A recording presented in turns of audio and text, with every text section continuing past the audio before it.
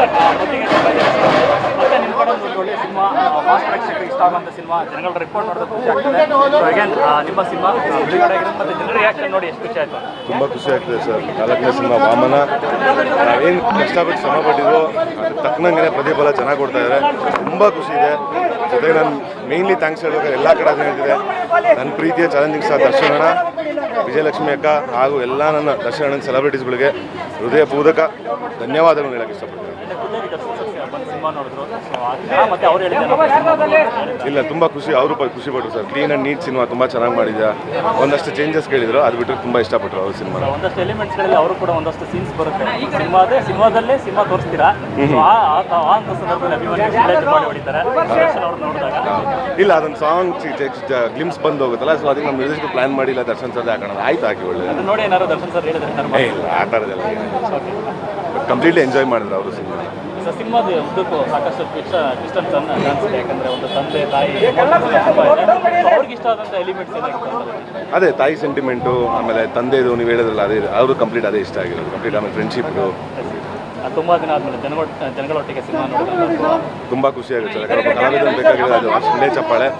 ಇಷ್ಟೊಂದು ವರ್ಷ ಆಗಿತ್ತು ನಮ್ಮ ತಿರ್ಗಾ ಬಂದು ಸಿನಿಮಾ ಬಂದು, ಸೊ ಇವತ್ತು ಖುಷಿ ಫುಲ್ಫಿಲ್ ಆಗಿದೆ. ಏನು ಆ್ಯಕ್ಷನ್ ಹೀರೋ ಅನ್ನೋದು ಇಂಪ್ರೂವ್ ಆಗಿದೆ ಮತ್ತು ಒಂದಷ್ಟು ಆ್ಯಕ್ಷನ್ ಸೀಕ್ವೆನ್ಸ್ಗಳಲ್ಲಿ ತುಂಬ ರಿಸ್ಕಿ ಸ್ಟನ್ಸ್ ಎಲ್ಲ ಮಾಡಿದ್ದಾರೆ.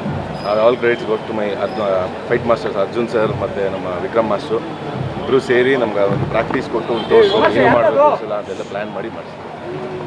ಇವತ್ತೇನಾದ್ರು ಬೇರೆ ಜಾಗಗಳಿಗೆ ಹೋಗುವಂಥ ಈಗ ಪ್ರಸನ್ನ ಮತ್ತು ಸಿದ್ದೇಶ್ವರ ವಿಸಿಟ್ ಮಾಡೋ ಪ್ಲ್ಯಾನ್ ಇದೆ. ಆ ಟೈಮ್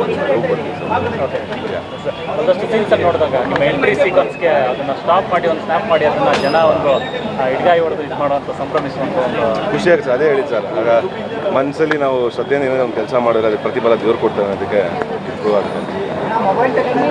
ಎಸ್ ಮೇಡಮ್, ಕಂಪ್ಲೀಟ್ ಸಿನಿಮಾನೇ ಇಷ್ಟ ಆಗಿದೆ. ಇಲ್ಲ ಆ ಥರ ಚೇಂಜ್ ಮತ್ತೆ ಮುಂದೆ ಬನ್ನಿ ನೀವು ಅಲ್ಲಿ ನಿಂತ್ಕೊಂಡು.